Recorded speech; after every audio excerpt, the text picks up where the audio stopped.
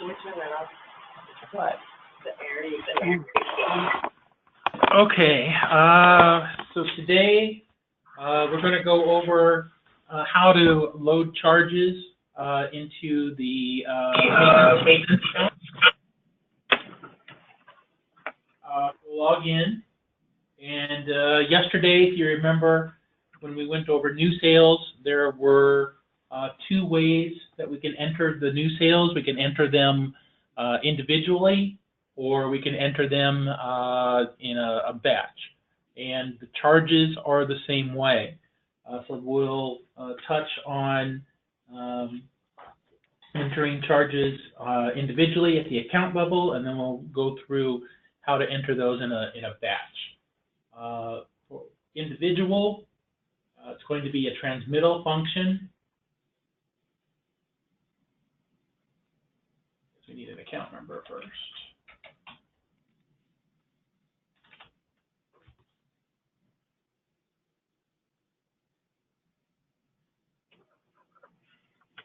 All right, it's under the that was under the transmittal option here, and then it's the bill charges option, and it pre-fills to the charge, and we can enter an amount. We can select the category. These are all of your categories that we've built. We can say it's the main maintenance fee or dues category. We're going to charge that as a charge. It's a 2018 charge. We want the transaction to show up on the account on the 2nd of October. We are going to give it a due date of January 1st, and we want the statement for this to drop the 6th of October. Flexible frequency should pre-fill. That's what all of your accounts are going to be. Account override works somewhat like a prorate. So if you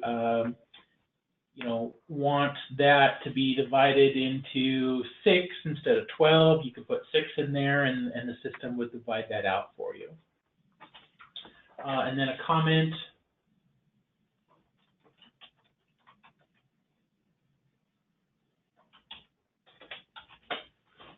All right, so then it's very simple to add the charge.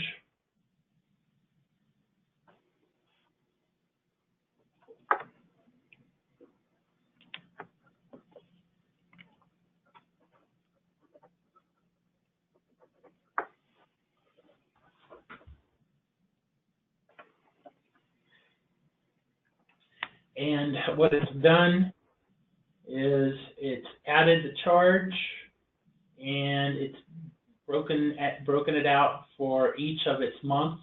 Here's the 12 months that it has broken that out into, and then it's automatically put the late charge if it's going to be late for any of those months. It's automatically built those out into the future as well. So it's done all of this work. It's taken what we've entered, it's broken it out for the next year, added the late charge. It's created these status silent pending charge. So we can look at the categories: maintenance fee, late charge. Here's where statement is. If there isn't any, this will be the dates of the monthly statements if the amount's not paid in full. So those are pre-filled as well. So everything looks good. We can approve the charge. So now if we go and look at this account, we should see this information under the charge information. So there's all the same information. So it's now the status is active, so it's going to sit out here until these dates start to occur. As the dates occur, the action is taken, and then the status will change to C for complete. So we'll be able to see, next June, all of these will have been completed. All of these will remain active. So it'll progress as, the year counts down. So what if, when, sorry. yeah. So what if we put one in and we need to cancel it or change it? Where would we go again? Yeah, we'll cover that. Okay. So on the 2nd of October, we'll start to see the dollar amounts filter into the current build and the total due. And then as they continue to age, if they're not paid, they'll move, in these monthly increments, they'll move from the current bill to the past due, and we'll see that in the balance summaries as well. So we'll start to see, this information meaning more as the account ages with these charges in here. And then we'll also, on 10.2, we'll also see a line item for the charge occurring and have all the individual amounts. And if you remember from our training before, if you want to look at, current due, past due, total, or if you want to look at the individual categories, we can do that with the category link. So that's pretty much for entering in a individual basis. We can go ahead and talk about reversing on an individual basis now, since we brought it up, and it's going to be the same thing. It'll be under transmittals and bill charges, and at this point, since no charges have occurred, we could actually just cancel that, and it will reverse everything that it has set up to do in the future. So if we do that, now the status has changed to X for canceled. If we go and look at it from the history side, we should see the same thing. We'll see that this one charge was canceled.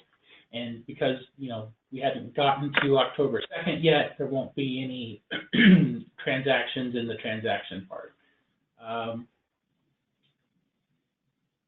If it had charged, if it was October 3rd, and we would have seen the charge occur, when we went to transmittals and pulled up that charge, instead of cancel, it would have said reversed, and it would have actually reversed and backed out everything instead of just giving us the option to cancel. So that's the difference between if it's already occurred, it'll be reverse. If it hasn't occurred, it's still in the future, it's a cancel. So if it occurred, how do we change that again? How do we delete it? You reverse it. Okay. Yeah. There'll be a button over here that says reverse. Okay. No charges canceled.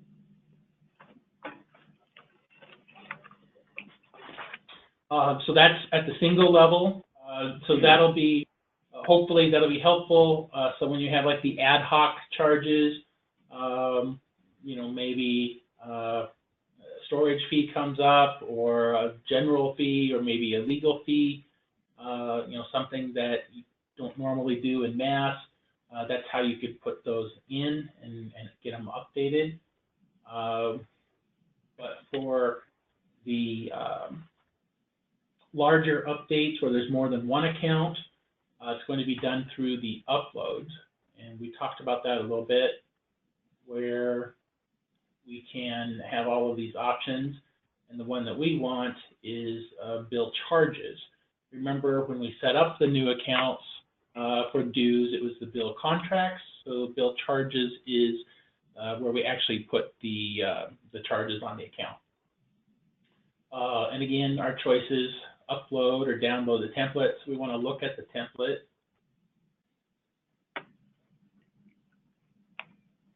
And it's a pretty short template, account number. And what I've done is I've filled one out for us over here. We have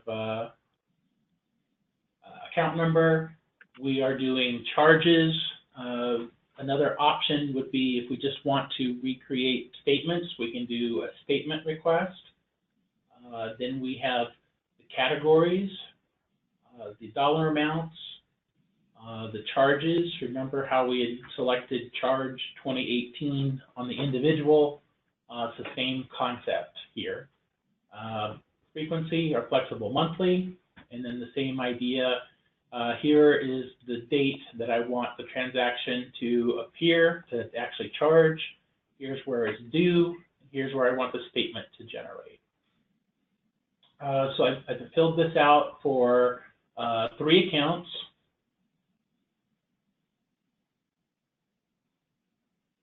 And then we'll process this and see what happens.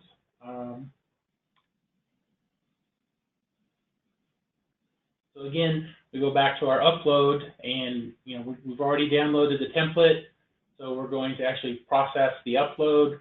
We've selected our file. It's still bill charges. And we're going to do the upload. And very similar to our new sales yesterday, it says you attempted 10 charges. 7 of them were good. 3 of them have errored out. There's a little bit of descriptive window here, but if we're doing hundreds and thousands of them, the little window is not going to help. So what you want to do is you can actually download any of these details. So if we want all 10, we can click on the total, and it will tell us here's the 10. Here are the ones that were a success, and here are the ones with the errors.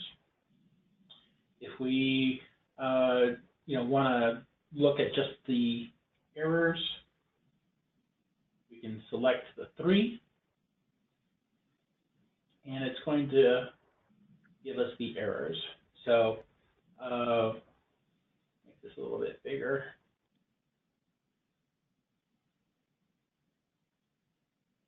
So I put this error here on purpose. I did not put the charge code in here.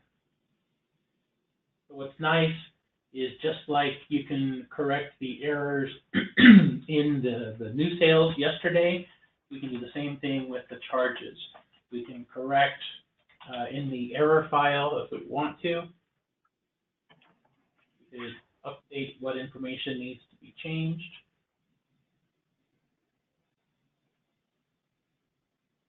And we can save our updates.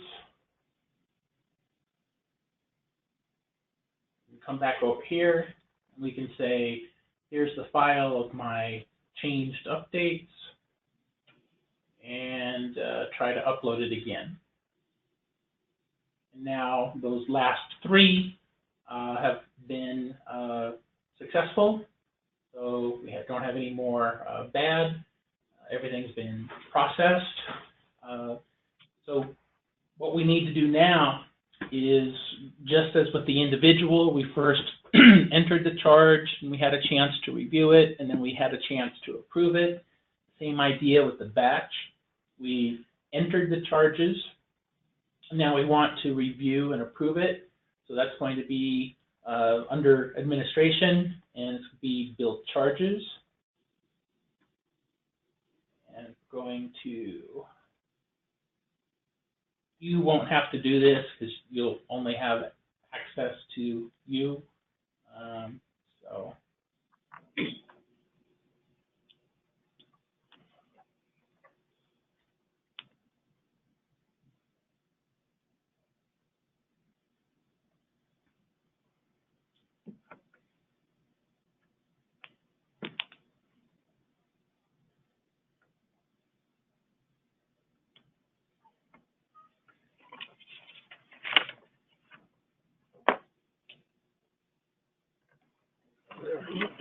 Looks like somebody's been doing some testing in here.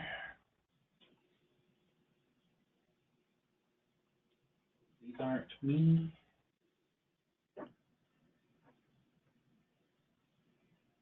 So what it's done is it's pulled up everything that's still outstanding, and this is probably Sandeep doing some work or data, but the ones that we have just done are these 928s. Here's the first batch. You can see it has the same file name. We can now have our totals. So this is a good place to, if you have a budget that you like to load the charges and then make sure that they all loaded and they tie to the budget, this is the place and the time to do that. You can see all the charges you've loaded, and so we can see that we've loaded 2 maintenance fees that totaled $17.71, 2 sales tax that totaled $137.50, 1 storage, $145, 12 general, legal. So now we can, and then here's that file that had the errors where we have just that 1 straggler. We can now approve these.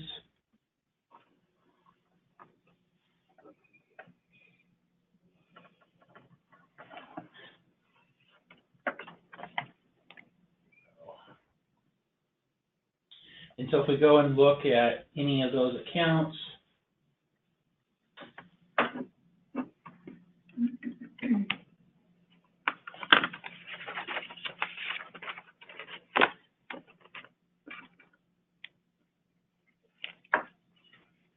so those charges are now out there for the amount that we entered, and then it did go and do all of the breakout for those as well.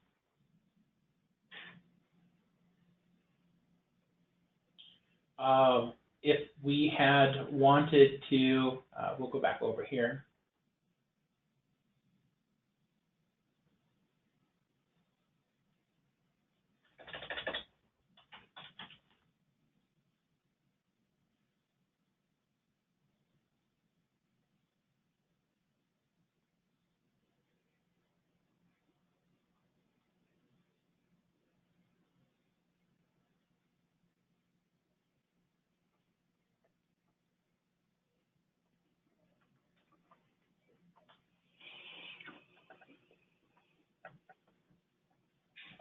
Say we wanted to look at the individual charges, pick a smaller one here, maybe this one, that make up this batch.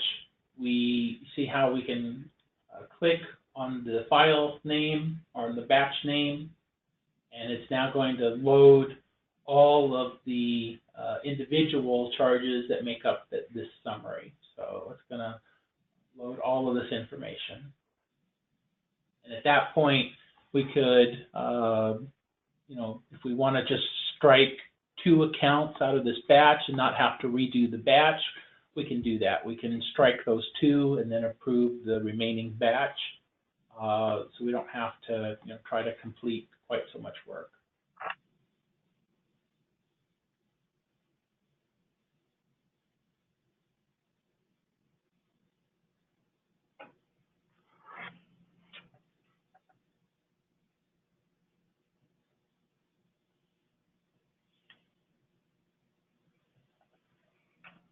And I have all of this information in a like training document where we step through, you know, all of these procedures, and we've sent the soft copy yesterday, and then I'm also FedExing 12 printed and bound copies to your attention today, Tom. So you'll be getting 3 alpha graphic boxes.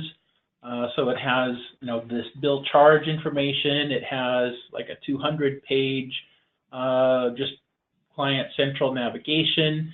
It has some campaign information, and then it has some information on our reports.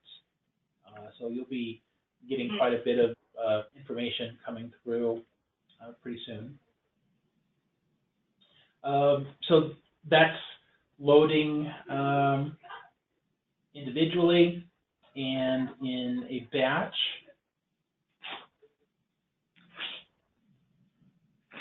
And again, if the batch, we can cancel if it hasn't been processed yet.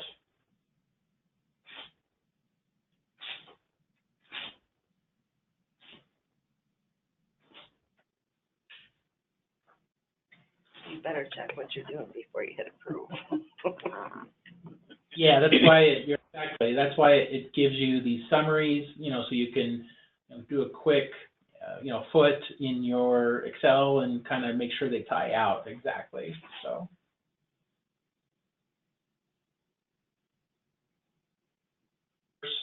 In Max or in Mass if you need to.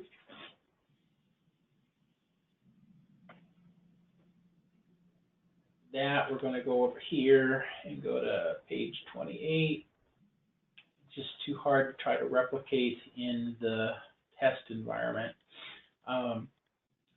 In order to do the reversals, it's done through the upload. It's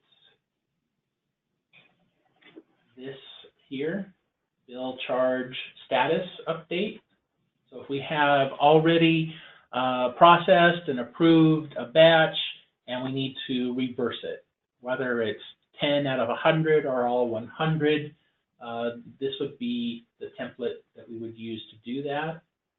And it's very, very simple. Account number, charge ID, and status. So account number, very simple.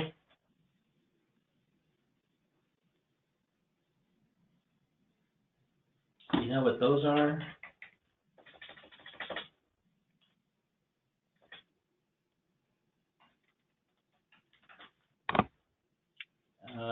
Status, we're going to want to reverse.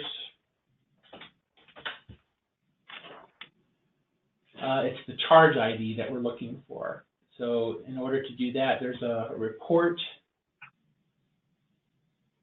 It's under the reports, bits, billing, charges, and we put in our selection criteria, what we want the ones that have been completed, and it was going to generate a report, and it's going to be a report that includes the charge IDs. So these charge IDs and the account number, and it gives us all of the information on the charges. It's pretty much, you could take this information, copy it, and put it right into your upload.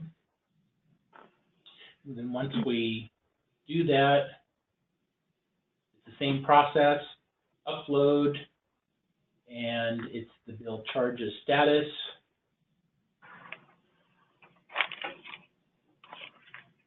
Process it, and now we'll see that those have been reversed. And what's nice is it doesn't matter if you've entered a charge, had payments apply against that charge, and then want to reverse the charge, you can do the reversal. What it will do is it will take any funds that were applied towards that charge, temporarily put those into an unapplied non-cash status, and then if and when a new charge is added, it will redistribute those funds automatically, so you don't have to do that. You don't have to try to take into account the payments. You can reverse the charge in its entirety, and the system keeps track of any transactions, payments that have been applied towards that charge, and it will reapply after any new charges are loaded.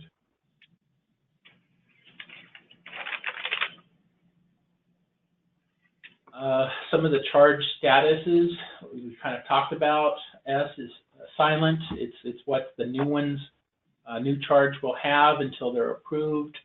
Once they've approved, they become active. and then they can go from an active, they can either be canceled, completed, or reversed. And we see these in the history.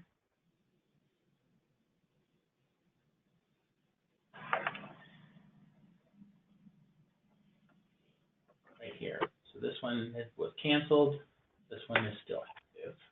So we can see our status. So it's really important to look at the date, look at the status, and you can see what has happened on the account and what is up to happen on the account. Now, these late charges are preloaded, but say the customer comes in and pays the entire balance in January or November even. When these dates come up, the system knows this is what I'm scheduled to do, but I need to check my balance, see what's here. If there is the minimum amount needed for that late charge, it'll go ahead and process it. If there's not, it will just automatically change the status to a cancel. So.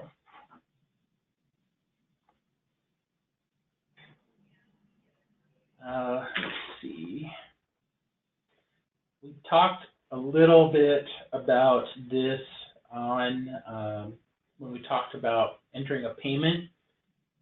It's a little bit different.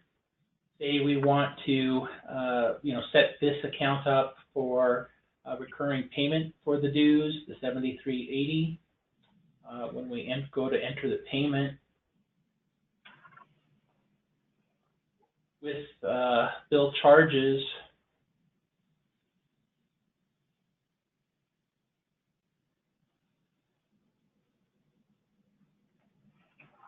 go to set up the automatic credit card, we can see that it's taken away the payment amount box.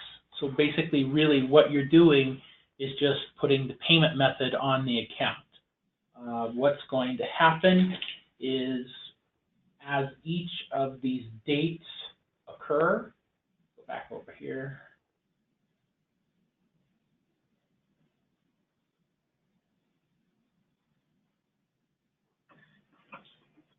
25 days before the first, it is going to go out, the system is going to go out and it's going to say, I have been set up for recurring credit card for my dues. I have a dues payment of $73.80 due in 25 days. Does my balance still constitute that payment? It's going to say, yes, I have an $885 balance. So it's going to automatically generate a one-time payment for $73.80 dated 1/1/2018. And then it will won't do anything else until 25 days prior to February 1st, and it'll do the same thing. It'll say, okay, I have a recurring payment set up on my dues. $73.80 is what looks to be owed. What's my balance? My balance is now $810 and change. So yes, I'm generate my one-time payment, and then I don't do anything else. And then the same thing when we get to March, it'll say 25 days prior to March 1st, it'll say I have my recurring payment that's going to be due in 25 days. My balance still justifies that it generate and process, so it will spawn the one time, and it'll keep doing that for the year. Now, that 25 days is completely customizable. So if you want to shorten that window from 25 down to 5 or 10, we can definitely do that. So just kind of keep that in mind.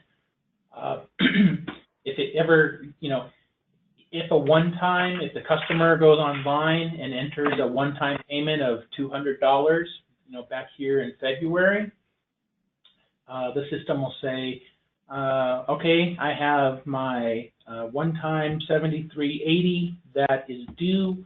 I have a one-time payment that was been entered that is equal or greater to that, so I'm not going to spawn the automatic payment for that month. So the system reads and understands what payments have been entered, what the balance is, and what it's been set up to do from a automatic recurring situation.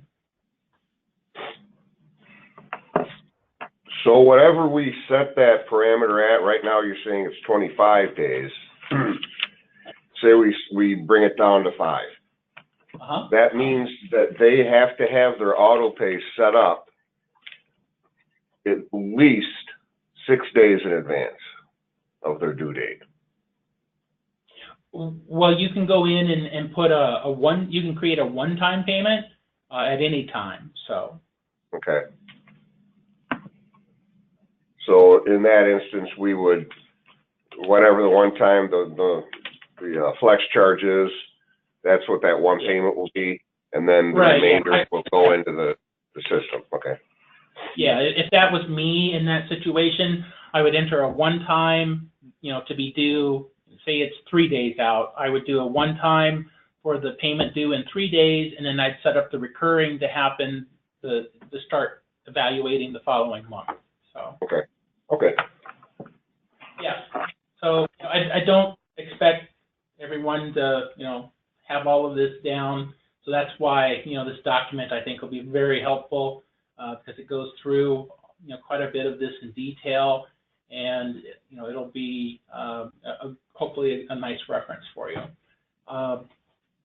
Again, as we talked about when we entered the payment, the dollar when you set up the recurring, the payment amount, they show up as automatic, just to kind of clue us in that this is going to be dependent on what the system reads at the time. And so, yeah, maintenance, auto payment, automatic versus a one-time that had been entered. So here's where I just reiterate that that's an option from 5 to 25.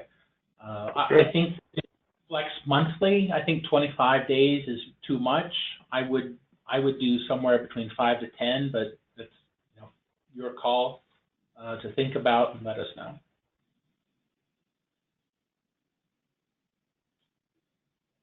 I think that's pretty much it. I didn't want to put too much information because, other than what was related to actual bill charges, because this is kind of the meat for how your dues and fees will be, entered onto the system. So I wanted to go over this and have plenty of time for questions and to go over again anything that anybody wants to cover. Like I said, we have the electronic version that I sent yesterday, and then we got 10 copies of this. You'll see this booklet, and they're nice, they're bound and have covers, so they'll hopefully be a nice desk reference for, hopefully the folks that will be working with the charges. So at this point, do we want to go over anything again or questions?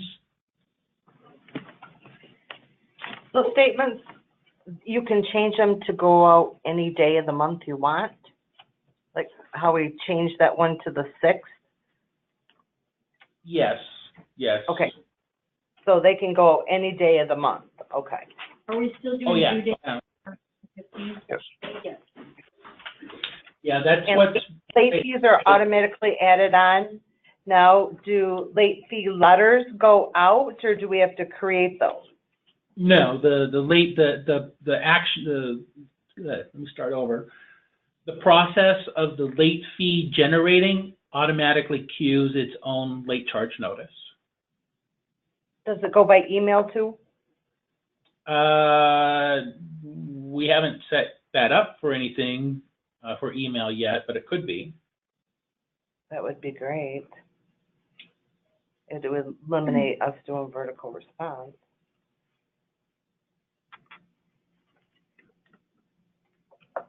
Yeah, can we look at doing that, Eric? Sure.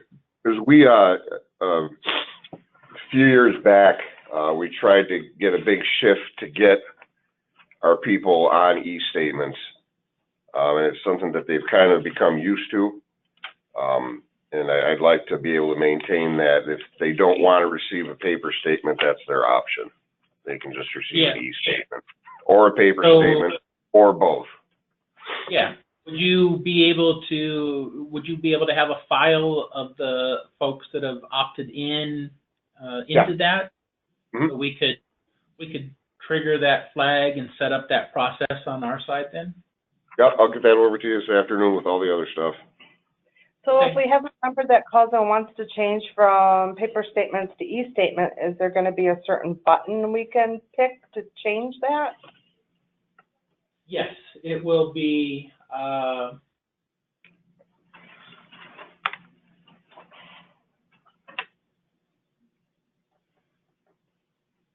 this little button right here. Express e-statement. E-statement. Okay.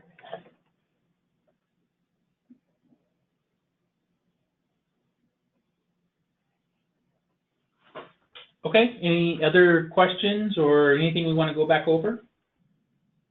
Are we charging paper statement fees still? And phone fees? Yes. Yes and yes? Yes and yes.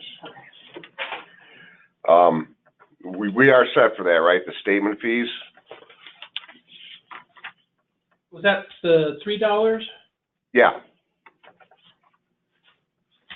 Yeah. So, Eric, can you take a moment and bring up the client side so that they can see what the members are going to be looking at? Sure.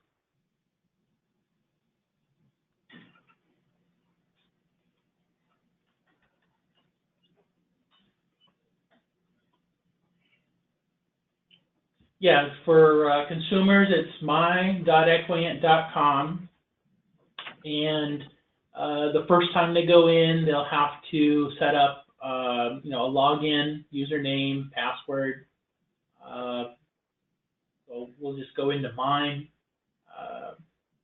They can have multiple accounts listed, and then they can just access which account they want to look at. They can see a balance of their accounts and a little bit of information on the last transactions. They can look at their login information, change and update. They can make a payment.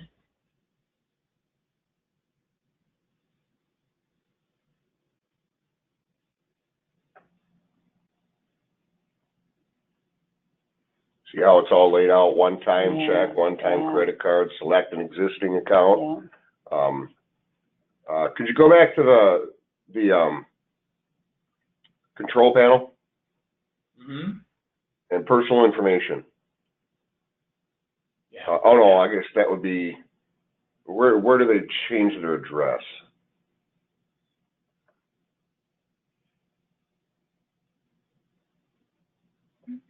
Account info, here it is. Yeah. Now, they can, the nice thing about this is they can go right direct to there. They don't have to call us to change their email. They don't have to call us to change a password or change their address, because there's going to be an API set up that's going to talk from Equiant back to our system, and we won't ever have to update that stuff unless they choose to call in and tell us. They can do it themselves, and they'll automatically update it every night. Can they set themselves up for auto pay too? Yes. Okay. And they can contact us from that page there too, send us emails to our, I think that contact us goes to you. Is that correct, Eric? We have it, since we're not doing your customer service, we'd point it to, one of your emails. Okay. So if you want to confirm what that is and send it to me, I'll make sure that that is where it's pointed. Okay. we'll have to do it for, are we doing it for both of them, Venture Out and OAI, Mhm. separate? Yep. And then they could, they can also see their history.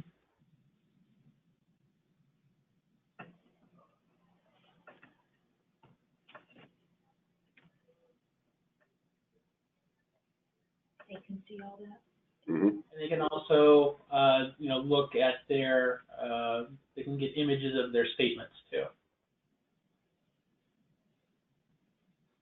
So we can always just direct them there and say, Yep. Yeah.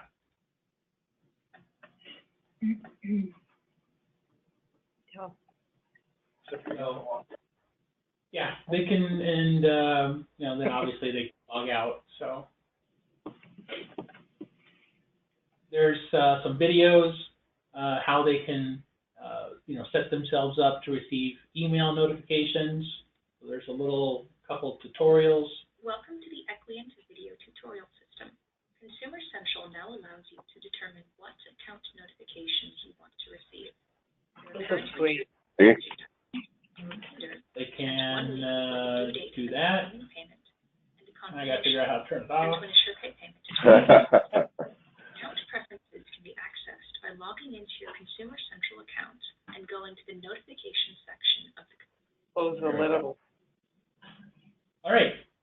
So yeah, what other questions can we go over? I have a question. Will the system pick up a double payment if people are set up on auto pay and they go in and try to make their own payment? Will your system pick that up automatically? Pick up and not process it? Yes. On the dues, yes. On the loan, it will not.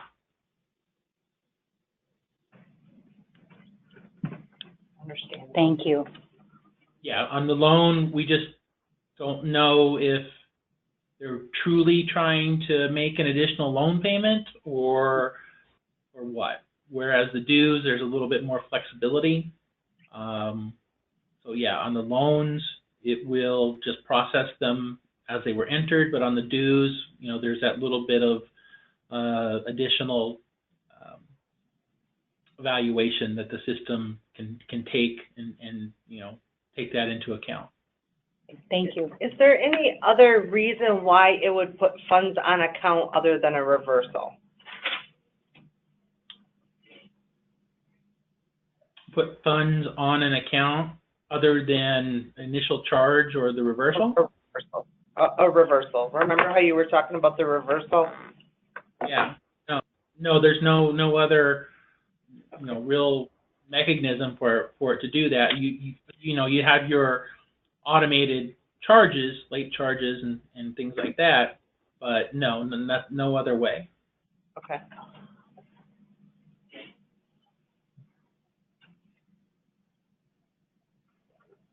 Thanks for showing them that, Eric. I wanted them to see that because of course, we're getting kind of a lot of pushback on the phone from our introduction letter. And, I wanted them to see, well, the first time our members log into this, they're going to see how valuable this is to them, and what a good change it is. Absolutely. Anybody have anything else? As a matter of fact, we could probably, let me just look here. You might be able to,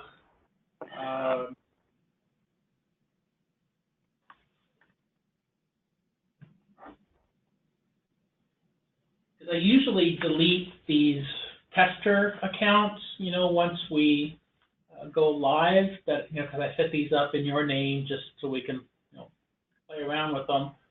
Maybe we could leave this one active for you guys to use from a client standpoint or from a customer standpoint, where you'd be able to take this account number. If the member was on the phone and we needed to walk them through it. Yeah, you can enter, their account number and the last four of their phone, and you can, log into their account. I don't know why. Oh, that's because I'm not in beta. Okay, yeah, it'll be so much easier once we get out of two systems right now. But yeah, you can once you get their 12-digit account number, you can log in just as they are, and look at the same thing, so. And that's, myequiant.com, correct? Correct. Now, I have another question, Tom, on our statements that we got from Equiant today, copies of them. It has if you want to make a payment, go to our address. Is our address going to link over to Equiant, or is there going to be a button that they can push to go to there, or how does that work? You mean our website? Yeah. Payout. No, it wasn't Pay Outdoor Adventures, it was just Outdoor Adventures. Inc. Yeah. Ah. And once they hit the pay online button, it linked to the Pay Outdoor Adventures site. Are we still going to have the Pay Outdoor Adventures, or do we have it linked to Equiant? You know, that's a good question, Eric. Can we do that? Is that a major problem? I mean, it's just a hyperlink basically, isn't it? Yeah, we have, we have API functionality that you can plug that into. I can send our API information to you, and then you can share that, with your programmers, and that should be something that they should be able to do. Okay. Yeah, would you do that, please? Yeah, I'll send it over.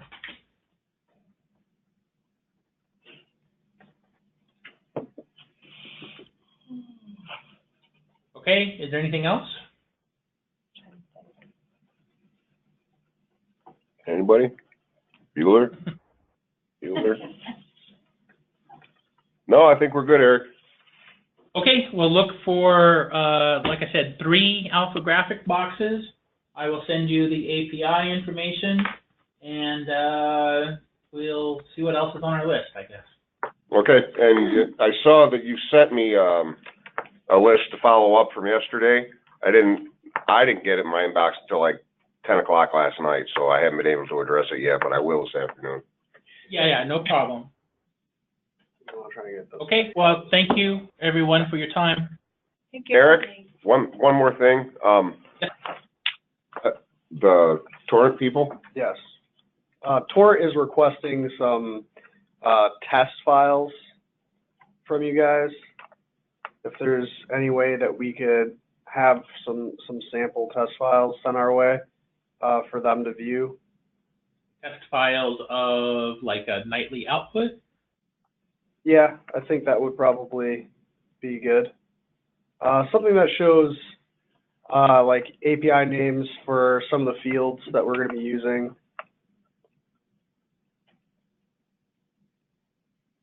Okay, well, I'll send the API document. We'll see how far that gets them. Okay. A nightly output though as well would be good to have. If you don't mind. Yeah, we can work on that. Okay. Thank you.